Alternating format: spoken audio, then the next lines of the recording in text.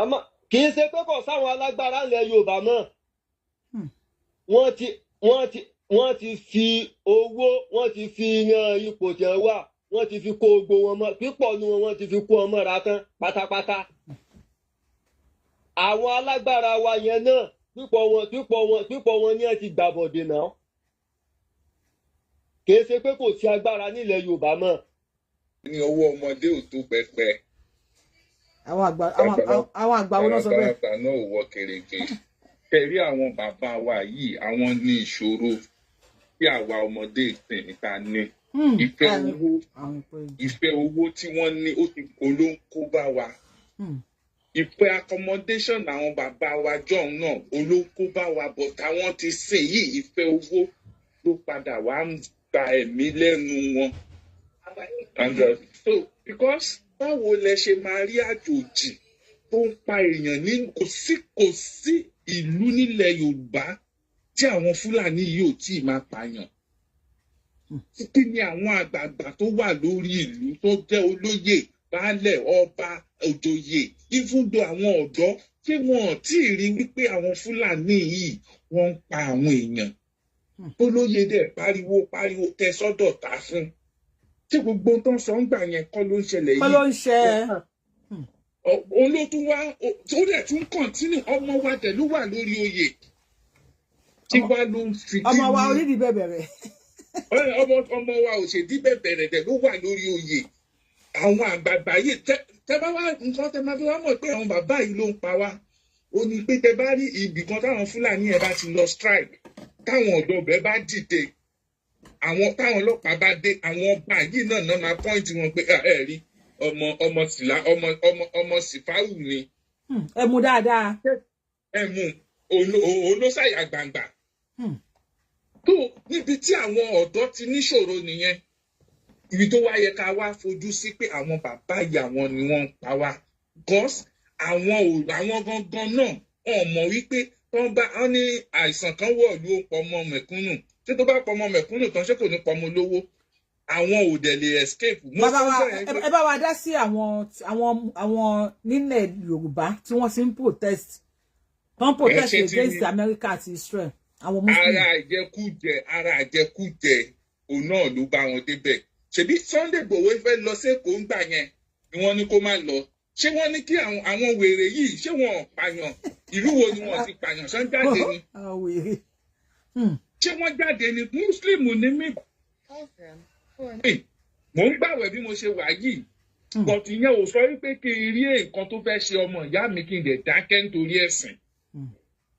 Wọ́n ti fi ẹ̀sìn, wọ́n ti fi kó wa lómi ọbẹ̀ lọ. Wọ́n ti fi àti Muslim àti Kírísítẹ́nì èwo ni wọn ò fi kó wa lómi ọbẹ̀. Ẹ wo inú street kan, ẹ bá chọ́ọ̀chì rẹpẹtẹ, ẹ bá mọ́ṣáláṣí rẹpẹtẹ. Kí ni tó ń fi ń produce fún ìlú tí ìlú ń benefit nínú ẹ̀? Kò sí ìdọ́sílẹ̀ àkọ́kọ́ everything mọ́ṣáláṣí. Ṣé láti ìjọba tí wọ́n ń gbàwẹ̀ tó ń pariwo Ọlọ́run? Ṣé Ọlọ́run ló máa ń fix ìlú ni tí wọ́n bá ṣe ìlú tí ò sí policy kankan nínú ìlú? Ẹ ṣe bàbá wa. Kọ́ padà káàkiri náà ni kò sí kódà kí ẹ lọ pé kí Ọlọ́run gangan kó wá ṣe president nínú Nàìjíríà kò lè ṣe kankan. Kò lè rí ṣe ẹ ṣeun. Kò lè ṣe kankan because ibi tí o ti sí justice ní Nàìjíríà ẹni èèyàn tó kó $6 billion jẹ ẹ̀dẹ̀ mú ẹni kó san 500,000. 500,000. Mi ò gbà iná wo. Kò funny rárá. My brother, you don't. Oh shit. Sorry for using that foul language.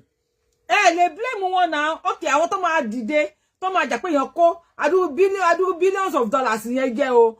Tó wọ́n kó 500,000 o. Àwọn tó máa jà lọ́nà protest lórí kíní yìí now. Àwọn ni wọ́n ń jà sọ́rọ̀ Àgbàlá Gabriel now. Olóṣèlú Nàìjíríà ò ní wọ náà láyè ká tanra wa. Àsìkò lẹ́ǹtì la wà yìí. Àwọn Israel ń ju missile. Àsìkò Ramadan la wà yìí. Àwọn Iran ń ju missile. Àwọn oṣù méjì tó ní ká respect làwọn ò respect yẹn because wọ́n ti pé mùmú ni wá. Gbogbo nǹkan tó ní ká respect làwọn ò lè respect yẹn. Wọ́n pé mùmúde ni wá, mùmúde yàfùnyàfùn. Imagine. Àsìkò lẹ́ǹtì ó yẹ káwọn Israel fọwọ́ lẹ́rán ni pé ẹ̀yin kíní o, lè retaliate o lẹ́yìn tí yawa mo dúpẹ́ bá gbóhùn sókè lẹ́yìn tí wà ń ta o I am fine Mr. Abe igi gogoro má gún mi lójú àgbà kì í wà lè tán bá bọ̀ àtàwọn tó ní kòló tán fi kòló yí orí wọn àtàwọn tó ti ṣépè fún kọ́ lọ kú sí ṣọ́ọ̀ṣì àtàwọn onímọ̀ṣáláṣí tó rí wọn ti dúdú gbogbo wọn á padà jọ kẹtàn sáré wọn gbà iná wá jẹ́ kán mọ̀ pé yes Fúlàní làwọn ọmọ Yorùbá lẹ́yìn ẹ̀sìn òpá wọn ẹ̀kan tó pẹ́ képa yín pẹ́ jọjọ́ ọmọ ìyá ìgbà iná máa jẹ́wọ́ fún wọn pé àwọn ìṣọmọ ìyá ẹ̀jẹ̀ ìjọ lajúlẹ̀ kájọ ríran wò báyìí táwọn ìjọba ní àwọn ará diaspora la fẹ́ gbógun wọ̀lú wọ́n ti fún wọn ní déètì wọ́n ti fún wọn déètì ńsìn inú mi dẹ̀ dùn lẹ́tà yẹn wọ́n kọ́ ó clear bàjẹ́ ó clear wọ́n mention wọn group by group pé ẹ wọ gbogbo ọbẹ̀ lọ dókítà fẹ́ ni ilé wọn láti táwọn ẹ bọ́ sí city wọn ẹ má dàbí kankan sí bá ṣe kọ́ síbẹ̀ nìyẹn ẹ jẹ́ àjọ máa wòran ó ti rí nìyẹn ìyá mi. ẹ ṣeun gan ẹ fún wa ní nǹkan ẹyọ kan tínú ìfínú pẹ̀jọ́ ọmọ Yorùbá. àwa la ní ká sọ̀rọ̀ ká kókó dáńtọ̀ ọpọlọ wà àwọn àgbà wa náà fẹ́ bójú wa jẹ́ ṣùgbọ́n gẹ́gẹ́ bí bàbá yẹn ṣe sọ̀rọ̀ ni àgbà ò kì í wà lọ́jà kórí ọmọ tuntun wọ orí ọmọ tuntun ò wá wọ́n sí orí àgbà gangan ló wọ́n ló tọ́ orí àgbà gan ti ré kúrò lọ́rùn ẹ̀ sọ̀rọ̀ mi ò ní ìgbà ló ti dá bẹ́ẹ̀. orí àgbà ti wọ́. orí àgbà wọ́n ó tiẹ̀ kó ní kó wọ́ ó ti kó ní kó wọ́ wàláhì ó ti gé dànù torí lórí èèyàn. ẹ má bá sójà mọ́ wa lọ́wọ́. tí orí èèyàn dé àgbà wọn tá orí àgbà tí wọn ò bá wọ́ orí ọmọdé straight báyìí. Ọ̀dà ẹ ṣe ká tún gbé kọ́ lórí fóònù. Ẹ bá gbọ́ sókè torí àgbà ò tí ì wọ́ lọ́dọ̀ tí yín sà torí àgbà ò tí ì wọ́ lọ́dọ̀ tí yín àbóṣì straight. Wọ́n ti ṣáná wọlé o. Wọ́n ti bà yé àwọn ọ̀dọ́ jẹ́. Kí ló dé? Ẹ fún wa lóòwe náà kó tó di pé ẹ sọ̀rọ̀ owó tẹ́ bá palẹ̀ máa fi bá wa sọ̀rọ̀. Owó ẹ̀yin lè máa parí ẹ̀ o. Èmi bá wò kí ni mo ṣe. Àwọn òbí ẹ̀ fara yín gbòwe. Kí ló tó pé mi ni máa parí ẹ̀ ẹ bá wa mix ta ló wọlé tí ò mix yẹn. À ń gbọ́ yìí. O ti máa wá jẹ́ mi ẹ̀yìn èèyàn get ready o. Facebook ẹ̀ bá wa tẹ lọ́wọ́ ẹ̀ pọ́n fẹ́ ọ́flag wà látẹ̀kan lórí Facebook. YouTube ní ẹ bá wa tẹ thumb up. Ẹ bá wa kọ comment kó pọ̀ kán lè máa rí pé à ń ṣe show ẹ bá wa gbóhùn sókè. Ẹni tó bá qualify ó lè contest. Ìwà ẹ̀ àti ṣe ẹ̀ àtijọ́ ọmọlúàbí ẹ̀ náà máa fi dìbò fún ní constituency ẹ̀. Bẹ̀t nísìnyí àwọn táwọn bí pé àgbà ni wọ́n yẹn àwọn ni wọ́n nominate ọmọ aláìléèyàn to be in position. Àwọn lọ́wọ́ ní àṣírí good result. We are repeating the same thing and we are expecting different results, right? Yes, because bàbá ọ̀dọ́ tí ò jẹ́ èèyàn yàtọ̀ sí ọmọ ara wọn tó ń lò kún àwọn ọ̀dọ́ tí ò jẹ́ èèyàn. Ẹ rí i pé tó bá ti débẹ̀ wọ́n máa kékeré kún sí wọn nítorí wípé àwọn bàbá yẹn ti commit wọn pé rep ti fẹ́ fún ẹ yìí o gbọ́dọ̀ parí estate kan fún mi nílùú mi. Owó tó yẹ lọ pa ní rep yẹn ó ń lọ fún rẹ̀ ó ń lọ fún bàbá yẹn àwa ni wọ́n ṣe nǹkan kan fún wa òun lè ṣe láwọn ọ̀dọ́ yẹn tó useless. Nǹkan tó. Àwọn ọ̀dọ́ tó neutral àwọn ọ̀dọ́ táwọn bàbá yẹn ti mú mọ́ra wọ́n máa kó tọ́ọ̀gì against wọn láti rán wọn lẹ́wọ̀n. Ẹni pé mi àti yín sìn ọmọ Yorùbá gidi wá ọmọ Nàìjíríà ọmọ Èkó ni wá. Àwọn àkọlẹ̀ jíjẹ́ l'Amẹ́ríkà ń sè pé I'm qualified or ní Europe pé mo fẹ́ lọ contest láti tún lu bàbá mi ṣe kẹ́nà tírílíọ̀n ẹ̀ lè wọlé. Àwọn ọ̀dọ́ tó jẹ́ nǹkan kan àti nínú àwọn ọ̀dọ́ bàbá àwọn ọmọ bàbá yẹn àwọn ni wọ́n fix òun nìkan ṣe rí bó ṣe rí. Àwọn bàbá yẹn gbọ́dọ̀ kú. Wọ́n gbọ́dọ̀ kú. Wọ́n gbọ́dọ̀ kú. Káàkiri tí kú máa fún wọn ní Ghana. Àwọn gangan náà recruit ọ̀dọ́ tó ń ba tiwa jẹ́ tàbí ń wo pé ọ̀dọ́ bíi tiwa lélẹ̀ wáyé tí ò ṣe lè ronú ṣe bó kàwé. You mean their hands are tied, right? Yes, because ìjọba wo yẹ kájọ fojú kan náà wò. Ọmọ aláìléèyàn wo lẹ rí gbókàn gbégbáàbò lẹ́yìn local government or councillor tó wọlé. Láì ní godfather. That is it. Nǹkan tó ń pa wá nìyẹn. Wow. Èní sunkún ọ̀la ń dunnú. Wọ́n ti gbàgbé pé bọ́ ìṣe náà ẹ máa ṣọlá. Thank you. Ẹ bá wa kọ̀wé yẹn, ẹ jọ̀ọ́ bá mi kọ̀wé yẹn síta kí má lọ gbàgbé kí n pin ẹ. Èní sunkún ọ̀la ń dunnú. Ó ti gbàgbé bọ́ ìṣe ní náà máa ṣọlá. Thank you sir. Ṣé láàrin 30 seconds kí ló tẹ́ fi nífẹ̀ẹ́ lẹ̀ Yorùbá. Mo ń bẹ Ọlọ́run lójú máa ní wákàtí tí mo ń sọ̀rọ̀ yìí. Níjọ́ tí mi ìbá ti jẹ́ ọmọ Yorùbá mọ́, tí mi ìbá ti nífẹ̀ẹ́ Yorùbá mọ́, kọ́lọ́ máa yẹ kí n dọ̀la wẹ̀sì. Gbogbo nǹkan ló pé nílẹ̀ Yorùbá, gbogbo nǹkan, àṣà, ìṣe, Ọlọ́run Elédùmarè mo tún bẹ̀ lálẹ́ yìí, this to 11 níbi tí mo wà yìí. Tó wáyé pé 1 after 12. Ẹ má ṣe pé Ọlọ́run ní ṣì wà lọ́nà. Ọlọ́run ní ṣì wà lọ́nà ẹ sọ fún wa ẹ kàn sọ fún wa ìdí tẹ́ fi nífẹ̀ẹ́ lẹ̀ Yorùbá ni. Nǹkan tó ní jẹ́ kí n jẹ́ Yorùbá mọ́ ní 1 after 12 kọ́ ló ń gbẹ̀mí mi. Àní ẹ bá wa sọ torí àwọn míì tí wọ́n jẹ́mọ̀ ìgbà tó ti ṣàkó lọ torí ẹ̀sìn. Nítorí pé Yorùbá rẹwà, Yorùbá dùn, Yorùbá wuyì, Yorùbá mojú, Yorùbá tí bá bẹ̀rẹ̀ sí kà ojú tọ́nu Bíbélì àti Kùránì lọ. Àwọn bàbá wọn ò ní rìtì ni, tó ẹ kọ́ àwọn bàbá wa ní rìtì. Àmọ́ máa worship Yorùbá yìí ju Bible àti Quran lọ. Go and go search that. Tí òyìnbó máa ń bá yín sọ̀rọ̀, àbí lárúbáwá bá bá yín sọ̀rọ̀, kó tó sọ̀rọ̀ 2 minutes, ẹ tó bá jọmọ Yorùbá gidi o, ẹ ti mọ ibi tó máa láǹdì sí. Ẹ ti gẹ̀ẹ́tì ni. À ń gbọ́yé àgbọ́yé. Wọ́n máa ń wò wá bíi àlùjọ̀nù níbo ibi tá a bá wà ni. Tó máa rí léyìí tí mo fẹ́ bù sọ yìí. Kí n tó mu lọ́wọ́, ó ti jábọ́. Ìmọ̀ àtòyé táwọn bàbá kọ́ wá ní ẹ̀kọ́ Yorùbá ni. Ẹ ṣé bàbá wa, ẹ ṣé gan. Thank you, we love you sir. I'm not a psychologist o, ọlọ́pàá tí mo mi ń bì rí. Wọ́n ní èmi fúnra mi, ó yà mí lẹ́nu. Wọ́n ń bi mí pé wọ́n ní táyà mi kan ò dáa nínú mẹ́rẹ̀ẹ̀rin. Mo dẹ̀ dákẹ́, wọ́n dẹ̀ ya fọ́tò ọkọ̀ fáìn fún mi. Mo dẹ̀ ní mi sọ fáìn mi nígbà yẹn ká lọ court. I'm not a criminal. Adẹ̀dẹ̀ court. Níwájú ọlọ́pàá àtijọ́ ìyá àdúgbò mo sọ fún pé táyà tó rí yẹn extra táyà ni. Ìgbé mo ní flat táyà ló yẹ kí n gbé táyà yẹn sí. Ẹ ní kí ni jọ́ọ̀jì di ọlọ́pàá yẹn. Kí ló sọ? Ó ní tó control extra táyà ni ó lóun ò control ẹ̀ wọ́n dá kéèsì nù. Káì. Onísunkún ọ̀la ń dunnú ni. Wọ́n ti kọ́ ọlọ́gbọ́n àtinúdá láìka Báíbù láìka Kùrán. Ẹni pé tàbá mọ́mọdé bì kan, ibi tó yẹ kó ti jẹun, kó fi orí ẹni lọ, tẹ́ ẹ̀ jẹ́rú ẹ̀ nílé kò ní jẹ́. Kò ní jẹ́. Bàbá yìí, ẹ ti ń gbé wa ti bàbá yìí. Yorùbá wuyì. Awuyì. Ọlọ́run. Tí Yorùbá bá múra fún yín, tó bá dé àárín ẹnikẹ́ni lọ́ba níjòyè, kó jẹ́ pé pọ́kúrò owó ẹ̀ ló rà, tó bá mu nímúra Yorùbá, tó bá débẹ̀ ẹ̀ máa recognize ẹ̀ ni. Tó bá sọ̀rọ̀ ẹ mọ̀ pé èèyàn sọ̀rọ̀ kí la tó wá wá lẹ́yìn kọ́ lọ́n pa àwọn ọ̀ràn ìlú àwọn ọ̀ràn ìlànà ọmọlúṣù lélẹ̀ àwọn ọ̀ràn Fáráò ọmọ ìdùnnà kó lọ́n pa wọ́n rẹ́. Àṣẹ. Àwọn náà set wa back. Yorùbá pé wà láìtàlà Yorùbá pé àpé ẹ máa gbé tó bọ̀. Àwọn ẹjọ́ tó bá gbádùn bàbá yẹn ẹ bá wa tẹ tán pọ̀ lórí show yìí. Tẹ bá gbádùn bàbá yẹn bá wa share video. Tẹ bá gbádùn bàbá yẹn bá wa fi thought sí comment section. Èní dunnú ọ̀la sunkún ó ti gbàgbé báyìí ṣe ní Mashola. Please somebody just put it out for me. Mo lọ gbàgbé mo ti ń gbàgbé ní sunkún ọ̀la mo like owó yẹn. Ẹ bá wa gbọ́ sókè o. Yorùbá wuyì. Ada fún ẹ o. Àṣẹ Èdùmàrè. Ayẹ kalẹ̀. Àṣẹ máa ń. Kò ní fún alẹ́ nílé ayé ẹ̀ wá dẹ̀ kéré kó délé. Àṣẹ Èdùmàrè. Mo ń gbádùn ètò yìí lọ o. Àṣẹ máa ń.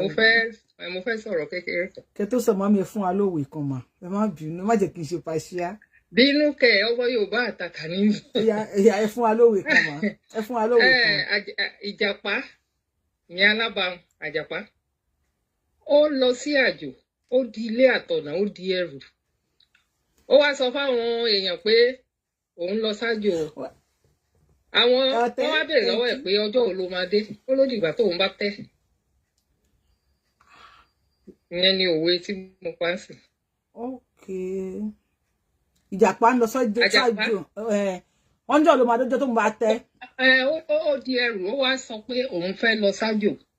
Wọ́n wá bèèrè lọ́wọ́ ẹ̀ pé ọjọ́ wo ló máa dé. Ó ló dìgbà tóun bá tẹ́. Òwe ni. ó yẹ ẹ bá wa fi owó yẹn dá sí ètò tá à ń ṣe mami. ok ẹ ṣe rí ogun òní kó wá nílẹ̀ Yorùbá o ogun òní já ilẹ̀ Yorùbá lágbára Ọlọ́run Olódùmarè lágbára àwọn alálẹ̀ ṣe rí àwọn tó fẹ́ kógun jà wá yìí ọ̀rọ̀ wọn máa rí bíi ti Ọmọborí Owó àti Bàbá Ajásin ní 1981. tọ́ lè ń dúkù dáadáa. mo like ìtàn ni mo like ìtàn ọ̀yà. 1981 yẹn wọ́n ṣe election. So Bàbá Ajásin ló wọlé tí gbogbo ìlú mọ̀ wọn ò tí ì create Èkìtì state ńgbà yẹn. Àwa dẹ̀rẹ̀ a mọ ẹni tá a dìbò fún torí pé Ọmọborí Owó ó ti gba owó lọ́wọ́ Ṣàgàrí MPN. Pátì Bàbá Ajásin ní UPN nígbà yẹn. àwọn bàbá wó lọ́wọ́ àwọn UPN. So gbogbo èèyàn wá ó ti gbowó wọ́n dẹ̀ sọ fún pé àwọn ò ṣe ti Ṣàgàrí o àwọn ò ṣe ti Fúlàní o this and that owó ojú kòkòrò. So ó wá di ìdájí láago 5 ni wọ́n announce result election yẹn. Báwọn èèyàn ṣe gbọ́ nìyẹn ṣẹ́rí láti Oǹdó láti Èkìtì láti Ọ̀wọ̀ ní gbogbo ìlú Òkìtìpupa wọ́n fi àwọn obìnrin àtọkùnrin wọ́n fi ẹsẹ̀ rìn dé Àkúrẹ́ ni wọ́n wá jagun ànírógun o ṣẹ́rí eléyìí tí mufti ẹlẹ́nu yẹ̀yẹ̀ yẹn máa ń sọ pé àwọn jagun ní ànírógun o. àṣẹ o èmi dẹ̀rẹ́ mo lọ sí chemist kan wọ́n pè bẹ́ẹ̀ ní microwave ẹ̀yẹ I was in Àkúrẹ́ that time. Ní mo gbé ọmọ mi pọ̀n ó wá ní kí ló dé tẹ bá rí ìbọn bó ṣe ń dún lọ́tún lósì àchàchàchàchà ẹ̀kúlé ni mo gbà délé for good 7 days àwa ńlé ẹni tí ò lóúnjẹ àwọn tí kìíní ìṣẹ̀lẹ̀ lójú ẹ̀ wọ́n lè testify àwọn tí ò lóúnjẹ sílé ibi pa tẹ bá rí gbogbo ilé MPN l'Ákúrẹ́ pátá ni wọ́n fi dán sí. Àwọn tó jẹ́ pé wọ́n gba ilé tó rent ilé wọ́n lọ sílé wọn wọ́n kó ẹrù wọn jáde wọ́n fi dán ti wọ́n finá sílé wọn ṣe rí wọ́n ṣe ń fìyà jẹ wá yìí Ọlọ́run máa fìyà jẹ wọn nǹkan tó máa ṣẹlẹ̀ sí wọn nìyẹn o but àdúrà tí mò ń gbà ni pé kí Ọlọ́run wọ́n ní ogun wẹ́ẹ̀tì ẹ̀ wọ́n ní 1983 ogun wẹ́ẹ̀tì ẹ̀. bóyá 1983 ni mo ṣàmọ̀ pé mo wà l'Ákúrẹ́ ńbẹ̀ ńgbà yẹn it should be 1982. Okay. Or 83. Let's say 81, 82, 83 ma. So bí ọkùnrin kan wọ́n pè ní Àgbáyẹwá publisher ni girlfriend ẹ̀ kan wà lọ́dọ̀ nígbà yẹn àwọn eléré tíátà yẹn ni bó ṣe gbọ́ pé bó ṣe rí pé wọ́n ti ń kó ogun bọ̀ yẹn tí gbogbo ìlú ti dàrú bó ṣe ní kò ń sáré gba ẹ̀kúlé báyìí ó kàn já sí gọ́tà ni pẹ̀lú girlfriend ẹ̀ yẹn alẹ́ yẹn bí ẹ ṣe tẹ̀lé wọn kàn da petrol sí ni tẹ́ bá rí òkú èèyàn lójú títì ní Àkúrẹ́ l'Ondo state ńgbà yẹn ó dàbí ìgbà tí chicken yẹn bá kákò ni ẹ̀rù bà mí. Ṣé Ọmọborí Owó ò tẹ́ nítorí pé wọ́n jó ilé ẹ̀ wọ́n pa ọmọ ìyá ẹ̀ gan pàápàá tó ń gbé orí yẹn kiri pé wọ́n ti pa. Ṣé rí àwọn tó fẹ́ gbàbọ̀dè tiwa yìí torí oore ni àwọn bàbá ńlá wa ṣe nígbà tí wọ́n gbàlejò tó wọ́n gba imported religion yìí ìgbà tó ṣe tán sìn wọ́n sọ pé nǹkan táwọn bàbá wa ò mọ̀ ọ́n ṣe mọ́ pé kí wọ́n paná Adébọrẹ́ wọ́n máa pa wọ́n máa ṣe gbogbo ẹ̀ Ọlọ́run ò ní gbà fún wọn. That is that. Ọmọborí Owó ń gbà yẹn ṣé kò jẹ́ tiẹ̀ àtàwọn tó kù tán gbàbọ̀dè tán gbowó lọ́wọ́ Ṣàgàrí tán gbowó lọ́wọ́ MPN. So gbogbo àwọn tó ń kó ìyàjẹ wá nílẹ̀ Yorùbá yìí Ọlọ́run á gbà wá lọ́wọ́ wọn ohunkógun ò ní kó lẹ̀ Yorùbá ohunkógun kò ní borí wa nílẹ̀ Yorùbá yìí.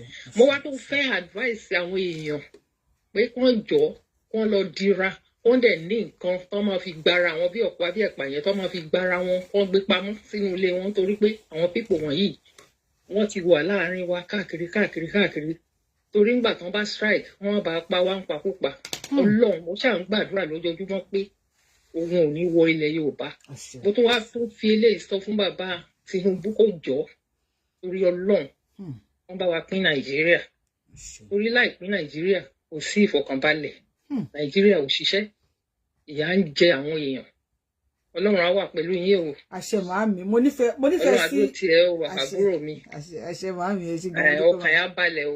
Ogun ayé kan ò ní borí ẹ o. Àṣẹ. Ẹ máa bẹ́ẹ̀ tó lọ. Màámi kẹ́ tó di pé ẹ lọ, kí ni nǹkan tí inú yín ń dùn pé ẹjọ́ ọmọ Yorùbá? Pé ẹ kàn máa wọra yín bá pé Yorùbá ni tí gbèrágà yẹn máa wọ́n ní àyàyàyàyà. Ó yá àwọn ìṣẹ́jú kan mà. Ṣé rí, inú mi dùn pé mo jẹ́ ọmọ Yorùbá láti kékeré mi wá. Nígbà tí a wà lọ́dọ̀ ìyá wa, tá à ń gbé lọ́dọ̀ ìyá wa, ìgbà tí mo wá bímọ, ìyá mi ò fi orúkọ mi pè mí mọ́, a wá máa forúkọ ọmọ mi pè mí. Wá ní mo forúkọ mi pè mí mọ́. So mo wá tún wò Yorùbá. I love that. Wọ́n máa ń fúnyàn ní respect.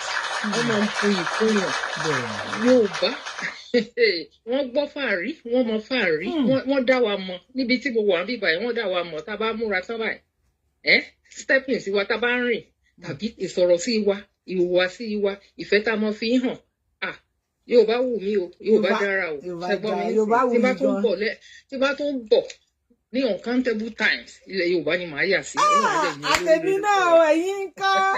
Màámi ẹnìkan jẹ́rìí sọ̀rọ̀ yìí, wọ́n ní fún ilé bàbá ọmọ borí owó, wọ́n ní wọ́n dáná sí ní Ìjẹ̀rò Èkìtì.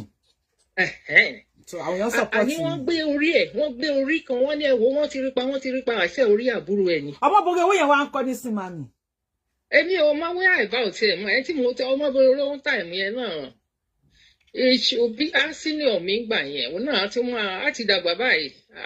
Ọmọ borí owó tó ń ṣètò ní social media yìí ló máa wá. I don't know, mi ò sí ní ọmọ Èkìtì. Ká máa bá ètò bọ̀, a máa lẹ́tọ́ máa bá wa sọ nípa ọmọ borí owó. Ẹ ṣé màmí, we love you, thank you. Ẹ ṣé àdúpẹ́ mọ́. Ẹ ṣé o. Ẹ̀yin èèyàn mi, tá bá gbádùn dimension tá tún gbé ètò Yorùbá Wuyì sí, ẹ bá wa kọ sí comment section, ẹ bá wa share fídíò yìí. Ìgbẹ́ kẹ́ kọ́kọ́ pa òwe. Níbo tó fẹ́ sọ̀rọ̀ lórí ètò yìí ṣe gbọ́dọ̀ fi òwe lẹ gbọ́dọ̀ fi wọlé. Òwe yẹn ló máa fi sọ̀rọ̀. Ẹ bá wa gbóhùn sókè bàbá wa. Bàbá bá wo tí má tì yàrá nǹkan mi o. Lórí ti bàbá wa kan náà mo sọ advice kékeré yẹn. Mi ò mọ̀ bóyá àwọn èèyàn máa bí ẹ̀tọ́ ìgbà wọn láìpẹ́ wọn láìpẹ́. Ṣé rí mo bá strategies kan wá ta túlẹ̀ rò tá ti reduce sí bó ṣe ń gbé àwọn èèyàn. Ẹ jọ̀ọ́ kó tó di pé ẹ sọ̀rọ̀, ẹ bá wa fi òwe wọlé, òwe yẹn ẹ máa bá wa máa. Ẹ má bínú, òwe yẹn ó ti sá lọ díẹ̀. Ẹ bá try o, tó bá ti try 1 minute péré la máa fi sọ̀rọ̀. We need to teach ourselves. Tó bá gé ọmọ ìyá ẹni jẹ, ọmọ bàbá ò ní mọ yìí. Tó bá tí máa èyí tẹ́jọ́ ọmọ Yorùbá tí máa bẹ̀rẹ̀ sí máa gé yín jẹ báyìí kí máa gbòwe wá agbóríkìwà tó lẹ̀ ṣe lè pè wọlé ẹ̀yin tẹ́ ẹ̀ mọ̀ òwe. Ó yá ẹ bá wa try. Ìyá mi, àwọn òwe ògùn mẹ́ta lẹ́ńpa yẹn, ẹ má rí màá sọ ọjọ́ mi. Ó yẹ kí fún yín nìkan. Ọmọ ẹni òṣèlú bẹ̀rẹ̀. Ẹdẹ nìyẹn o, ẹ tún lọ sọ́dọ̀ Tinubu nìyẹn o, ẹ fi yẹn lẹ. Mo tún yá yín lówe. Owó tẹ̀ sanwó. Ẹ má lọ sọ́dọ̀ Tinubu, ẹ lọ sóde Ó yá, à ń gbọ́ yín, ọmọ borí owó died.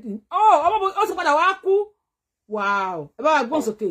Ẹ ṣeun bàbá wa fún wa ní comment section. Mo fẹ́ mú wa mo lè sọ lórí ètò ìyá wa. Ọ̀tẹ̀ ẹ ṣeun sir, thank you for the gift. Ẹ tún fún mi ní irun. Mo nígbàgbọ́ pé tá a bá lè lo sáyẹn, ó máa reduce àwọn wèrè yìí.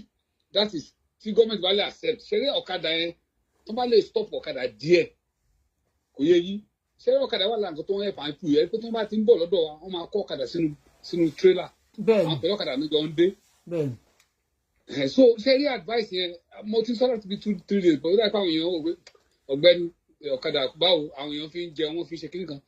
But nǹkan tí ọ̀kadà ń produce kò dàbí àwọn life tó ń lose lórí ọ̀kadà. Ọ̀kadà yẹn tó bá ti gbé ìwọlé ọ̀kadà náà ni wọ́n máa ní kẹ́ fi kó wá. Òun náà fi move lọ sínú igbó, but tí yóò bá sí ọ̀kadà ń gbòòrò tí wọ́n ta tí wọ́n dẹ̀sẹ̀ tó ń gùn, àwọn náà wọ́n máa wá option láti gba owó tó bá tẹ̀ gbéyàn. Kí dẹ̀ lọ option táwọn náà máa wá, ìgboro wọn máa ní láti wá sí ìgboro láti wá gbowó nìyẹn. Bùkọ́ kò sí bó ṣe lọ́dọ̀ nugbó. Wọn àwọn náà fi move lọ fáà tó yẹ pé ibi tó ń lọ ó jìnnà. Àmì òbí tó bọ́ ṣe sọ tó máa gbé ọ̀kadà wọn gbé lọ nìyẹn. Mo ṣe tí gómìnà bá lè take advice to this, kan stop ọ̀kadà ní ilẹ̀ Yorùbá. Kò yẹ yí, ó máa hard fáwọn èèyàn náà, but well, ìgbà tó ọ̀kadà ò sí lé Nàìjíríà ní tẹlẹsẹ̀ wáwọn èèyàn jẹun, wọ́n dẹ̀ ń live. So after option máa tún jáde, but mo nígbà wọ́n pé tá a bá try at least 1, 2, 3 weeks, 1 month, ẹ rí i pé kí ni ẹ máa change. Ẹ gbà dé àwọn kò sí tó máa ti bọ̀ wọ́n gbọ́dọ̀ kọ́kọ́ fi ọ̀kadà síwájú kan fi sẹ́yìn, mọ́tò kan ló máa kọ́ ọ̀kadà àwọn kókó ọ̀pọ̀ lọ́kadà. so ó help wọn gan láti move. ẹ̀yin olóṣèlú wa mo pé many of you wà mí bínú àtàwọn agbẹnusọ yín ẹ ń gbọ́ nípa ọ̀rọ̀ kádà sí bàbá wa yìí sọ kí lẹ lè rí ṣe sí wọ́n ní kẹ́ stop ọ̀kadà for now. No, àwọn náà wà mí bí tí wọ́n ń gbọ́ mo ti fẹ́ summarize ẹ jọ̀ọ́ ẹ bá wa wá nǹkan ṣe sí lórí ọ̀rọ̀ ọlọ́kadà. ọ̀rọ̀ mi kò ní wait but ó ní minute tá bá rò dáadáa. ó ní minute ẹ ṣe ń gbọ́ bàbá wa kí ló dé tí mo fi ń dùn pẹ́jọ́ ọmọ Yorùbá. ẹni.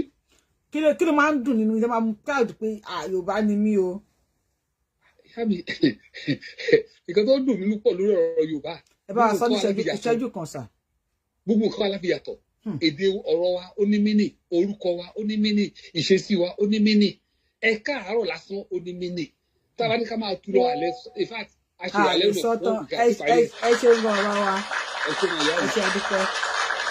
lórí ètò wípé àwọn Shiite wọ́n ń protest nílẹ̀ Yorùbá wọ́n láwọn fẹ́ bá Amẹ́ríkà àti Israel jagun wọ́n protest gbogbo ilẹ̀ Haúsá náà bẹ̀ tí yẹn ò bá mi tílẹ̀ Yorùbá ló bá mi wọ́n fẹ́ bá Amẹ́ríkà àti Israel jagun Israel tó yẹ pé lásìkò lẹ́ǹtì wọ́n bẹ̀rẹ̀ sí ní ju mísáì ìran tó yẹ pé lásìkò Ramadan wọ́n ju mísáì àwọn tí wọ́n ń lẹ̀ ìwọ́ wọ́n ní ọ̀rẹ́ kíní ọmọ ìyá wọn nínú ẹ̀sìn ìsìlámù ni o now wọ́n wá ń protest wọ́n ń wọ́ flag Amẹ́ríkà nílẹ̀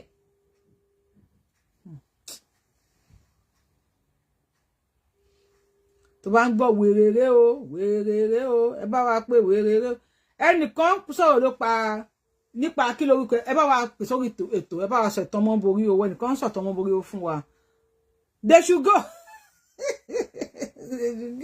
àbàbà yìí ò dá ní they should go ẹjọ ọmọ borí owó died in 2012 April 10 wow so wọ́n padà kú despite wọ́n yẹ talẹ̀ Yorùbá Ọlọ́run á ṣàánú fún wa èyí tá a ti ń pè padà tẹ́ bá gbé kọ́ lọ máa gbéyàn lórí bàbá bá ok wọ́n ti gbé fóònù bàbá bá àwọn ẹ máa rẹ́dì kalẹ̀ ẹ bá wa gbóhùn sókè.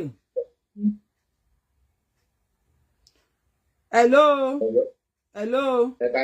ẹ kú dédé àsìkò ẹ fún alówó ìkànkẹ́ tó sọ̀rọ̀. wọ́n lára bàbá ọ̀yà ẹ̀kọ́ wọlé. ó lọ já síbẹ̀ ẹ bá wa tó yẹn pa. ara bàbá ọ̀yà ẹ̀kọ́ ń wọlé ewé jáde.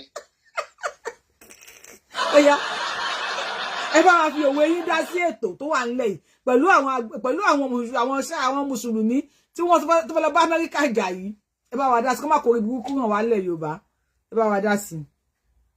kò sí ọ̀nà àwọn Yorùbá náà ti mọ àwọn mùsùlùmí náà ti mọ pé káwọn ní ìtọ́jú bẹ́ẹ̀ lọ kò lè mú Amẹ́ríkà kán fún ara balẹ̀ kán jẹ sólò kan bá wọn yanjú ọ̀rọ̀ náà ní ọ̀rọ̀ ọ̀sẹ̀ tó máa lọ fi ogun jà àwọn Amẹ́ríkà náà ní òkú Amẹ́ríkà. Bàbá wa kí níbo náà fi lẹ́fẹ̀ẹ́ gbé ọ̀gá wọn lọ. torí nẹ́tíwọ̀kì yín ò dáa ẹ sábà wà sọ̀rọ̀ níṣẹ́jú kan kí ló tí yín fi ń dùn pẹ̀jọ́ ọmọ Yorùbá nẹ́tíwọ̀kì yẹn àbẹ́yẹn èèyàn mi ń gbọ́ wọn dáadáa nẹ́tíwọ̀kì yẹn o. lásán tí mo dá sétò lọ́sọ́ fún mi fi ra mi pamọ́ o kódà nílùú tàwa yìí náà tó gbogbo yáàmù ọmọdé gbadìyẹ ọmọ Yorùbá pàpà báwo láwọn fàdí gan láti rí olóyè Sunday Igboho wàhálà ìbàjẹ́ kan náà àwọn Yorùbá nation tí ìbá ṣáájú gbangbangba nínú nínú pé Yorùbá Ọlọ́run sọ sàbísà àwọn Yorùbá because Yorùbá dédé kan tó yẹ pé tó bá ti bẹ̀rẹ̀ ọ̀rọ̀ báyìí tó tó parí ọ̀rọ̀ ó ti mọ ibi tọ́rọ̀ ń lọ. tọ́wọ̀ lọ wow ẹ ṣe gan-an ni. ẹ fẹ́ra sáà. tó ó mú mi láìkí ilẹ̀ Yorùbá kódà lẹ́yìn ìwà gbogbo sáà ń báyìí wọ́n sọ fún ọ tó wá pèsè lánàá bí wọ́n sọ fún mi sáà ń lò Yorùbá ni ní àfọ Nàìjíríà. kí ni ìyàtọ̀ ànàgọ́ àti Yorùbá?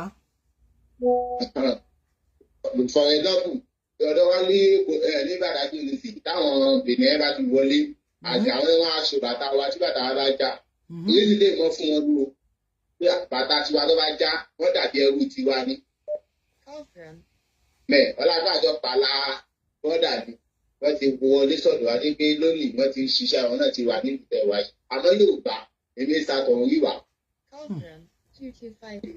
báwo ìlú torí bá tí ọlọ́run bá ṣe tí orí bá jọba tọ́lọ̀ bá gbé mìíràn sínú ọba dípò ọba Ìjẹ̀ṣà àgbàṣà Yorùbá ga ò wàhálà. Elédùmarè á dẹ̀ ràn yín lọ́wọ́ pé ẹ nífẹ̀ẹ́ sí Yorùbá pé tẹ́ bá débẹ̀ ẹ ṣe dáadáa Elédùmarè á ràn yín lọ́wọ́ ẹ ṣe gan ni Inshallah ìyá mi. ẹ ṣe gan. Ẹ̀yin èèyàn wa ṣé ẹ láìkí bí ètò ìṣe ń lọ ìyá wa Kẹ́mi Ògún tún sìn wọ́n láwọn gbádùn new dimension tá a fi sí pé ẹ pòwe òwe ẹni kẹ́ bá wa fi dá sétò ẹ bá wa gbóhùn sókè ìyá wa. ok ẹ kú iṣẹ́ ẹ kú atótónu látàárọ̀. a jọ ń ṣe ni màmí. Òwe tèmi á pa ni pé wọ́n ní amúkún ẹrù ẹ̀ wọ́ ó ní òkèlè ń wò ẹ wò sàlẹ̀. ó ní ọ̀rọ̀ Yorùbá àbí ọ̀rọ̀ Nàìjíríà as a whole tipẹ́tipẹ́ àfúnra pé àti orí gbígbẹ àtorí tútù. ẹ bá wa sí ẹ fídíò yìí ga àgbọ̀yìn màmí. ok lájọ kóra pọ̀ ta la ń jẹ́ Nàìjíríà kò dẹ̀ sí nǹkan tó ń jẹ́ Nàìjíríà. So láti bẹ̀rẹ̀ ni ọ̀rọ̀ ìlú yẹn ti wọ́. They are just passing up bí ìgbà téèyàn mú aṣọ tó ti gbó tó fi ń pàṣẹ aṣọ tuntun ni kò lè work. Bẹ́ẹ̀ ni so àti wọ́n ń rí sí ó ti wà obvious everybody can see pé kò lè work ọ̀rọ̀ náà ò lè rọgbọn mọ́. Kò lè work bẹ́ẹ̀ ni a ń sọ pé insecurity wà wọn ò sì kí ọ̀bọ́dà wa. A sọ pé olè ń jà èèyàn ṣílẹ̀kùn ilé ẹ̀ sílẹ̀ àtòlè àti anything ló máa wọlé. Bẹ́ẹ̀ni. But when you lock your door at least it will give you a little bit of security. Ewúrẹ́ àtajá ò ní wọlé at least. Yeah. But in Nigeria the border is wide open. Even Buhari sọ ó ní we cannot secure the border in the north. Ẹ dẹ̀ rí bí àwọn people yẹn ṣe ń wọlé from every part of the world. Not bá a ṣe ń sọ̀rọ̀ yìí wọ́n wọlé. A dẹ̀ ń pariwo pé insecurity ìlú wo ni ò yẹ kó secure border.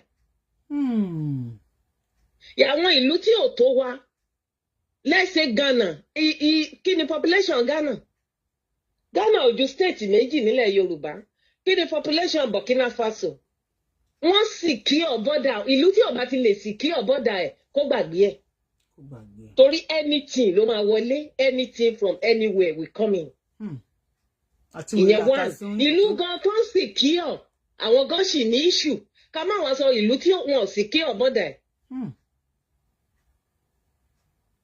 Ìyẹn 1 2 à ń sọ̀rọ̀ ọ̀rọ̀ Ondo State I'm from Ondo State. Okay. Ní 1983 ni ọ̀rọ̀ bàbá Ajáṣin àti Ọmọborí Owó NPN versus UPN. Ọmọborí Owó was formerly deputy governor sí bàbá Ajáṣin in 1979 ní Second Republic. Ìgbà tó di second ó ti pẹ́ tí Yorùbá ọ̀dàlẹ̀ ní Yorùbá o. Gbogbo wa kọ́ máa mì. Àbí gbogbo wa Yorùbá ní ìwà burúkú Yorùbá jẹ́ ìyà tó burú gan. Gbogbo wa kọ́ máa mì. Let's say the reality. Ẹ jẹ́ ká kó ewé kúrò lára ẹ̀kọ́. Yorùbá ti burú jù. Ìwà ọ̀dàlẹ̀, ìwà àbòsí, ìwà rékèrèkè, ká máa jẹni lẹ́sẹ̀. Ó pọ̀ jù lọ́wọ́ Yorùbá. A kì í sòótọ́. Tó bá yẹ pé à ń ṣòdodo, we could have done better. Ọ̀rọ̀ tí ó kàn wá ọ̀rọ̀ rándanrandan rédèrèdè tá máa máa gbé káàkiri tá máa yọ ọ̀bẹ tì tá máa fà káàkiri eléyìí tó tiẹ̀ ń ṣe wá gan àti gbàgbé. Ṣó ti yé yín tí èèyàn kan máa ṣe nǹkan let's say 9.9 tó dáa tó bá ṣe ìkan káàtó Yorùbá fẹ́ẹ́ fàyà wọ́n máa fàyà yàntìyàntì ni. They won't think back pé ẹni ìdẹ̀ ti ṣe rere rí o. No, wọ́n ti gbàgbé. Nígbà àwọn bàbá Ajáṣin ní first time tó ń wọlé ara bàbá Ajáṣin ò yá at a point.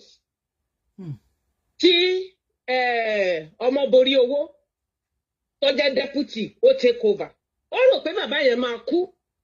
Bẹ́ẹ̀ bàbá yẹn ò kú, bàbá yẹn survive. Ibẹ̀ yẹn ló ti dìde ẹ̀tanú sí bàbá yẹn. Ìyẹn Ọmọborí Owó. So ìgbà tó wá fẹ́ ìgbà tó wá fẹ́ ṣe the second election ó deploy lọ sí MPN ó wá gbé àpótí as governor. Èkìtì àti Oǹdó jọ wà papọ̀ ńgbà yẹn ni. Kò sí ẹni tó dìbò fún ọmọ borí owó.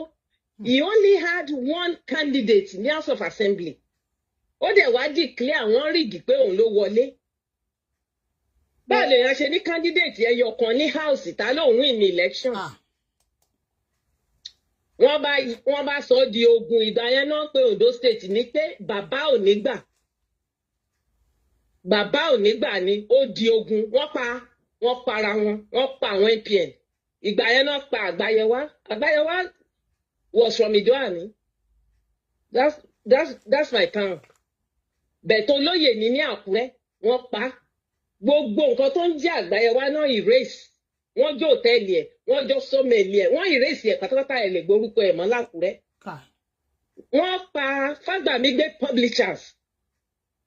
Ó ní publishing company n'Íbàdàn. Wọ́n jó wọ́n sọ di eérú ni. Wọ́n jó Lacos, wọ́n destroy Àkúrẹ́ gan. Àkúrẹ́ was turned upside down. Wọ́n bà nǹkan jẹ́ gan. But wọ́n make sure pé ọmọ borí owó pé kò jẹ lọ. Kò padà di governor yẹn. Kò di governor yẹn o. But they wasted a lot of life. Bẹ́ẹ̀ni. Bí àwọn oníbọn ṣe ń yìnbọn làwọn olóògùn kóògùn síta tó fi ń ṣe agbára, wọ́n gbé agbára jáde ńgbà yẹn. Bẹ́ẹ̀ni. Tó máa ju ẹyin lu ilé yẹn máa gbaná. Ogun tó ń jà ńgbà yẹn kì í ṣe wet yẹn. Ogun 6-6 ni wet yẹn. Ogun àwọn ìgbàbá Gólọ́wọ̀ àtàkíntọ́lá àwọn yẹn ni wet yẹn. Okay. Yeah. So, ọmọ borí owó sá lọ, they kill a lot of people. Wow. Ó ṣẹ̀ṣẹ̀ wá kú ní 2012 or whatever ló kú. But wọn kò jẹ́gbé o, kò jẹ́ kó rig election yẹn, wọn ò gbà fún. Wọ́n pààyàn gan Ládó Èkìtì. They kill people all over the places. Torí wàhálà yẹn. Ìyẹn lọ bẹ́ẹ̀, ṣẹ́rí. Tinubu kó torí Ọlọ́run kó pín Nàìjíríà. Nàìjíríà ò lè wọ́ọ̀kì mọ́.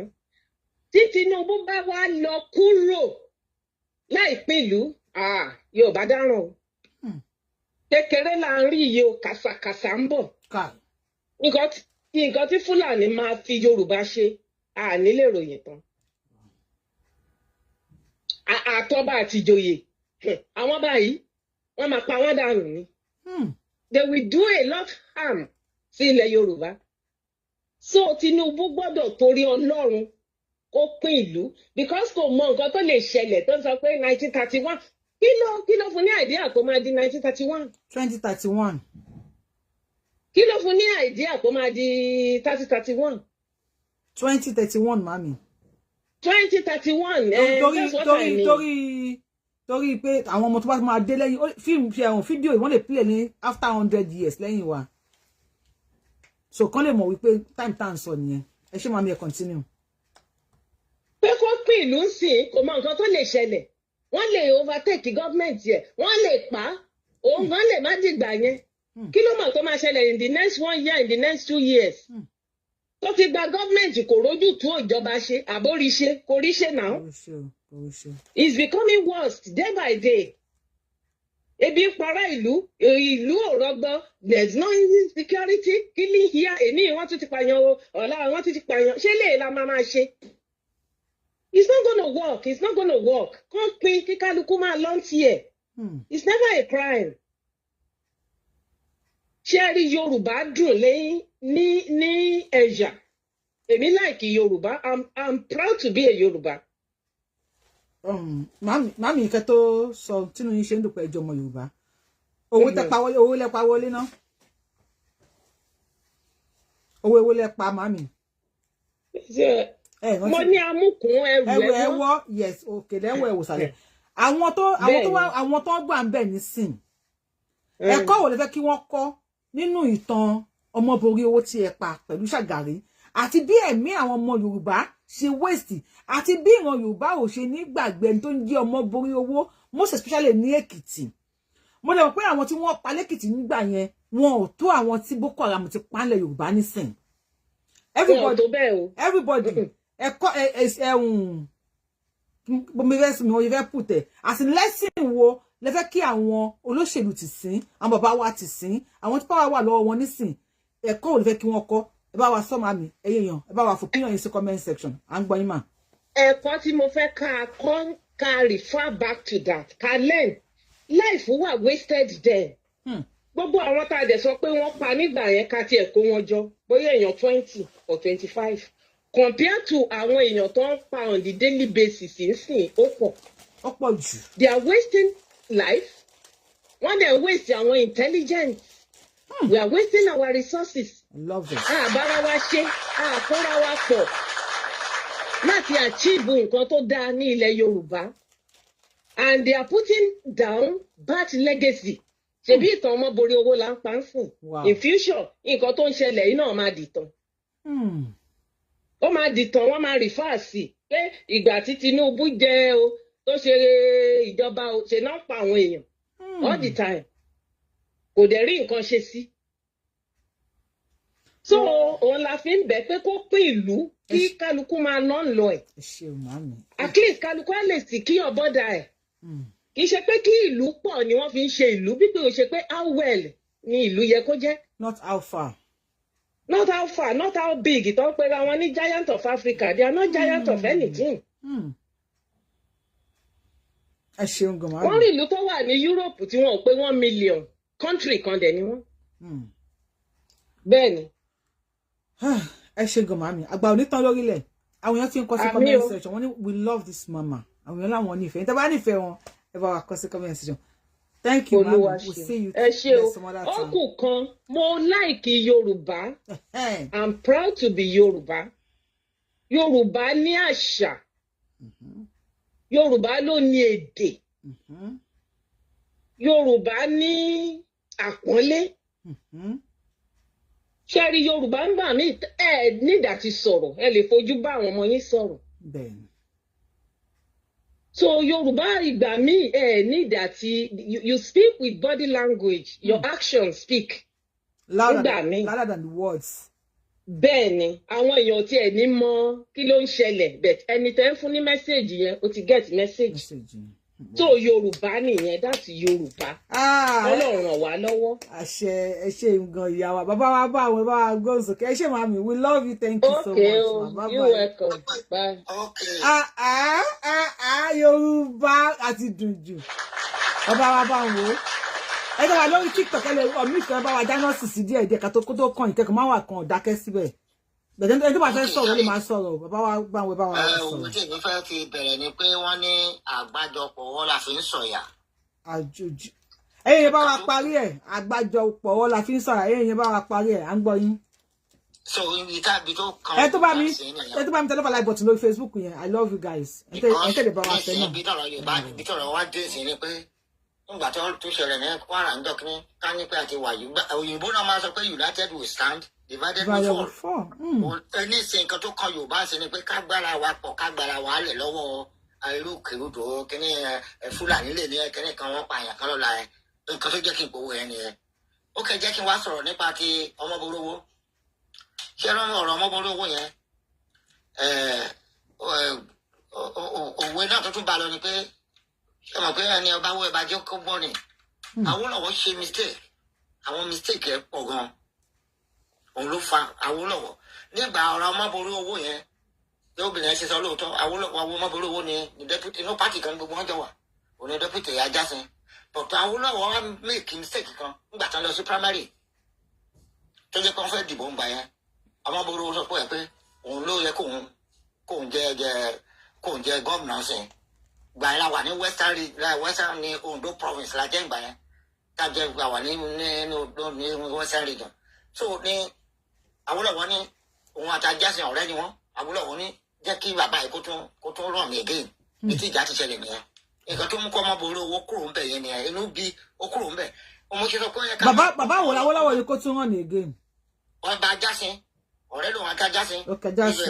ok ìṣẹ̀lẹ̀ tó ní ká Ajásin ó ní kí àwọn Ọmọborówó wá yarí òun ló fi kúrò nínú pátì yẹn but kò sí wọn pa èèyàn kankan o báyìí kan sọ pé ẹ̀ wọ́n pa èèyàn ìyẹn kọ́ ni o wọn pa èèyàn rárá tọ̀ torí Èkìtì lè ní Èkìtì lẹ́nu Ọmọborówó wa táwa Èkìtì lá support ẹ pẹ́pẹ́ wa Èkìtì ló kàn sí ó yẹ kí Awólọ́wọ̀ kó let go kó jẹ́ kí bí ọ̀rọ̀ dàbí ọ̀rọ̀ Wike àti Àtíkù àti Tambuwa nígbà tí wọ́n fi primary ṣe ń pé nǹkan tó dìjà wọn nìyẹn nígbà tí wọ́n lé 2023 nǹkan tó dìjà wọn nìyẹn exactly bó ṣe rí gan nìyẹn mo lọ wọn bó ló fi kúrò nínú pàtì yẹn pé wẹ̀ it is my turn ó kúrò ń bẹ̀ tán ok Awólọ́wọ̀ yẹ kó fìyẹn kọ́gbọ́n ó tún bá lọ ìkéyìn ó tún dọ̀rọ̀ Akíntọ́lá àti Fani-Káyọ̀dé nígbà tí Akíntọ́lá sọ pé jẹ́ kí èmi dúró sí Ìbàdàn ìwọ bàbá kò dúró sí kérésì kò dúró sí federal Awólọ́wọ̀ tún gbà again ìwọ alájà ò kì í gbóndù kò kì í korò kó ṣọlé méjì ìwọ bàbá ò lè wà ní ara mistake Awólọ́wọ̀ ni ìwọ nìkan náà ò lè wà lẹ́kọ̀ọ́ kó wà ń Ìbàdàn náà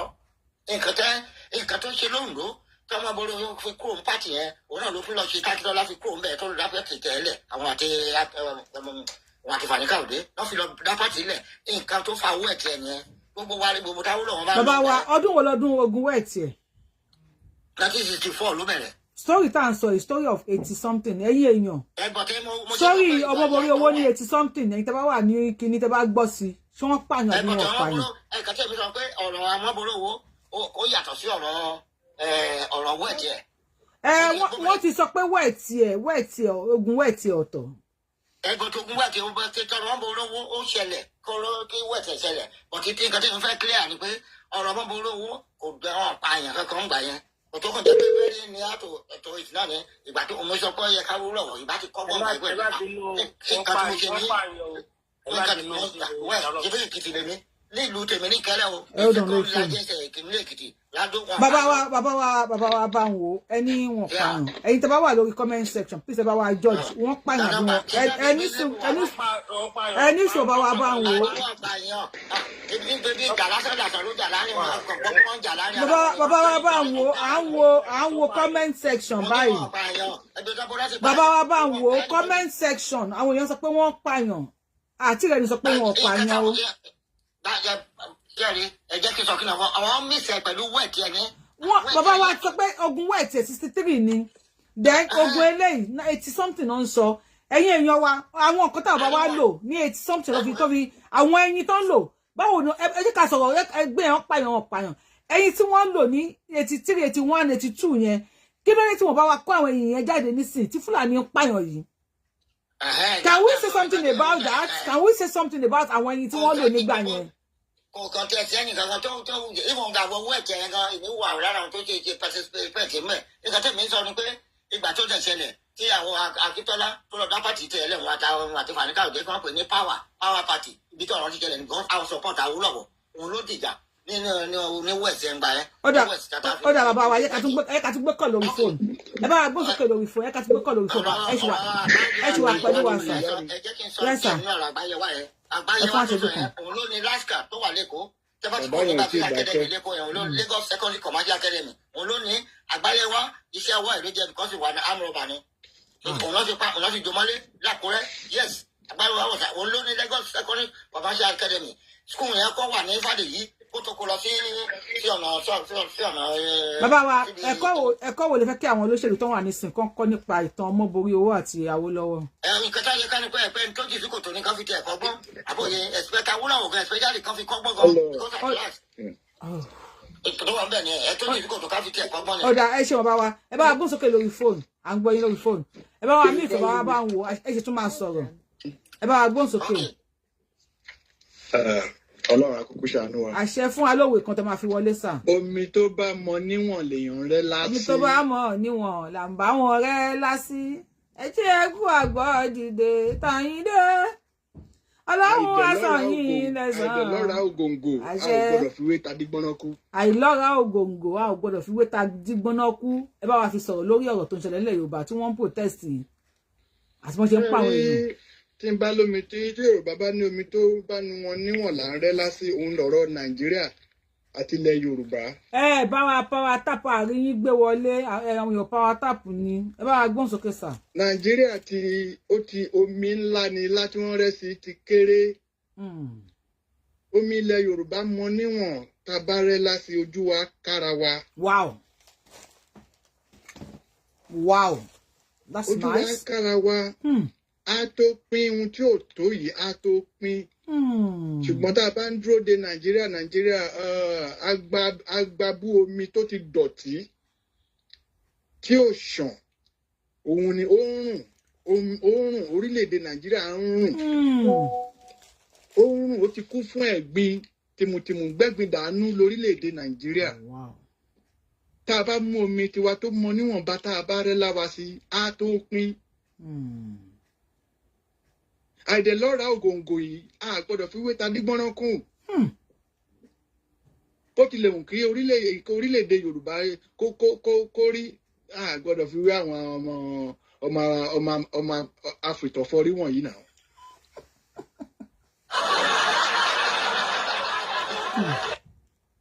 Tolúbàdàn bá ń wọ lábàǹgádà ọmọ ẹgbẹ́ bá ba ẹni tó ń ṣe àbílẹ̀ ayé yìí náà kọ́ àwọn náà dáyé yìí ó tójọ́ mélòó kan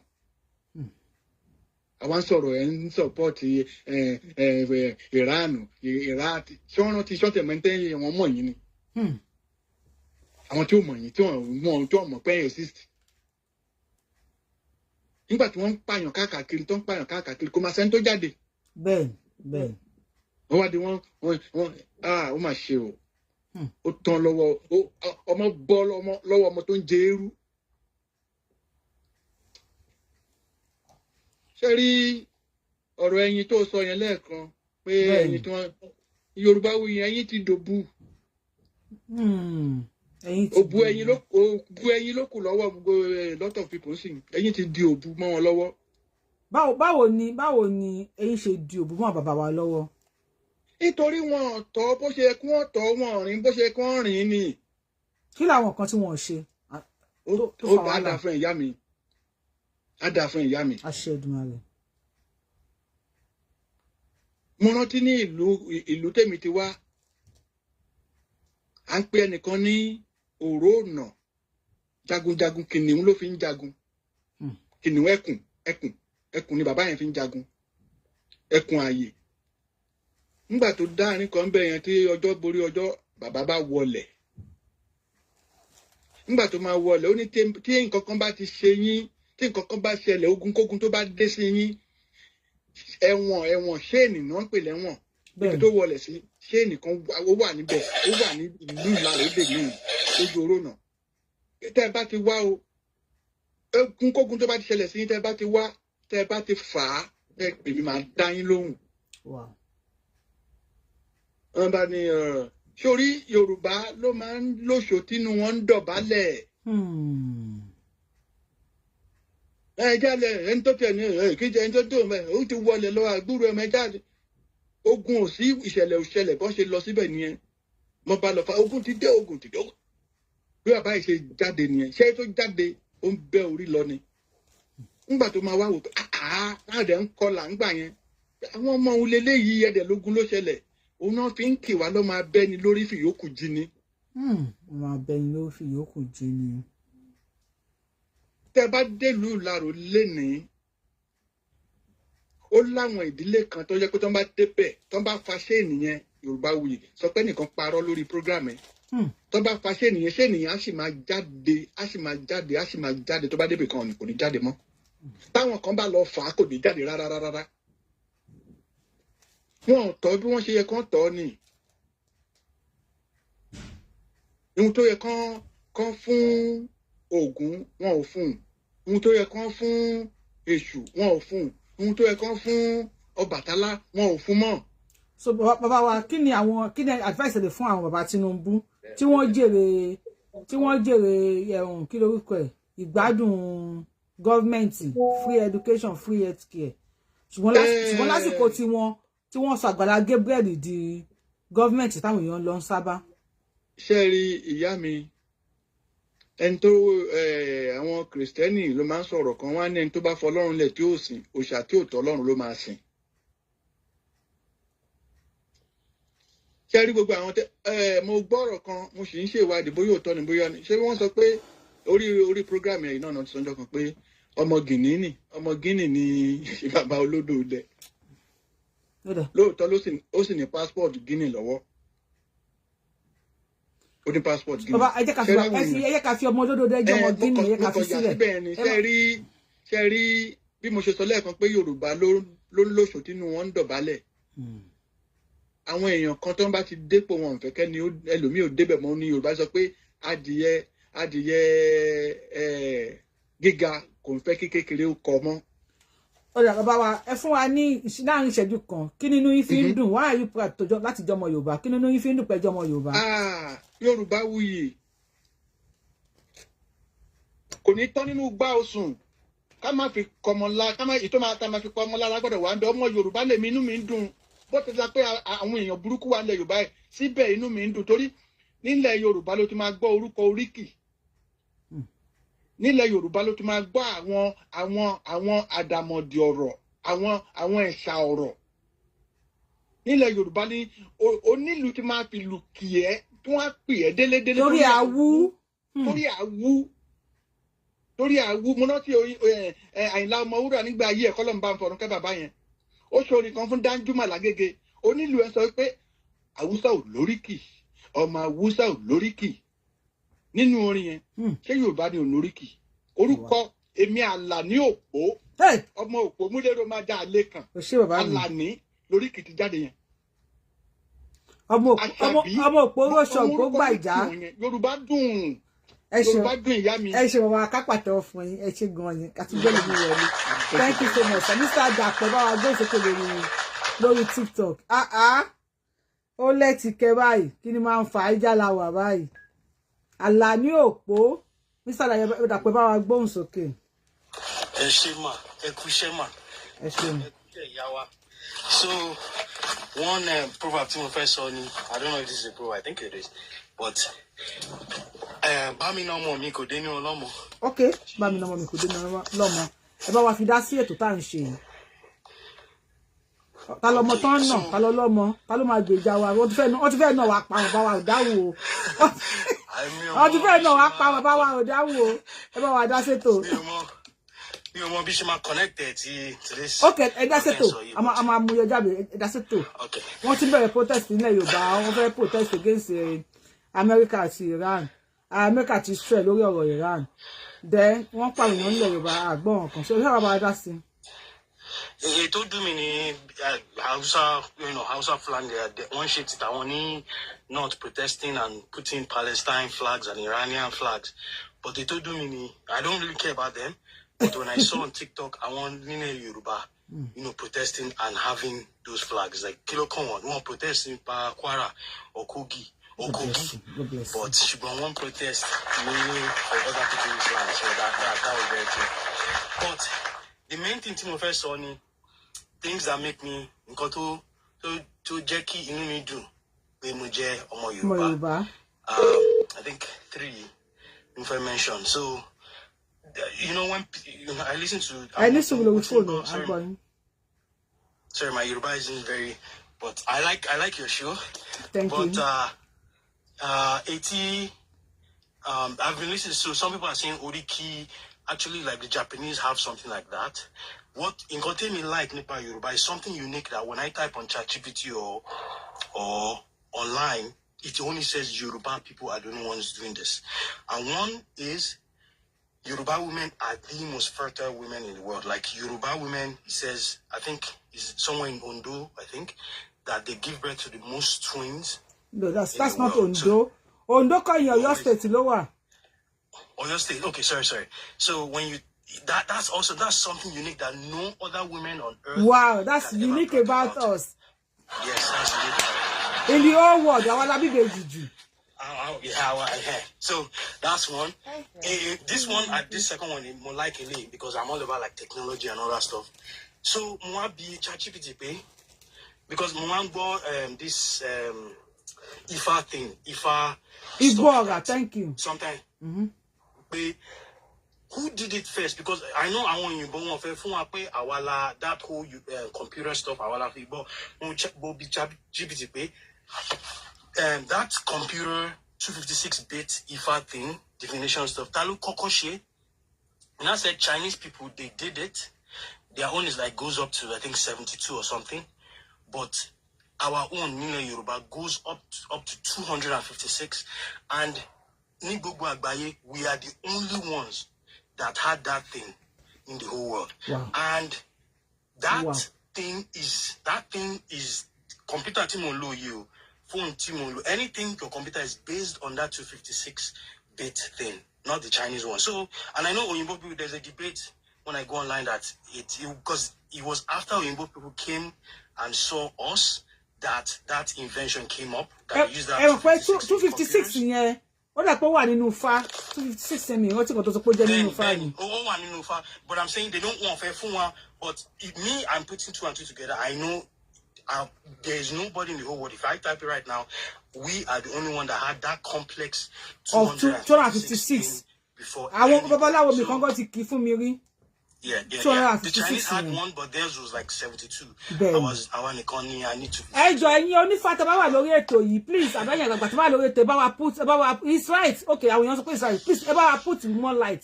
We want you to come up or call on this show, please. 256 here.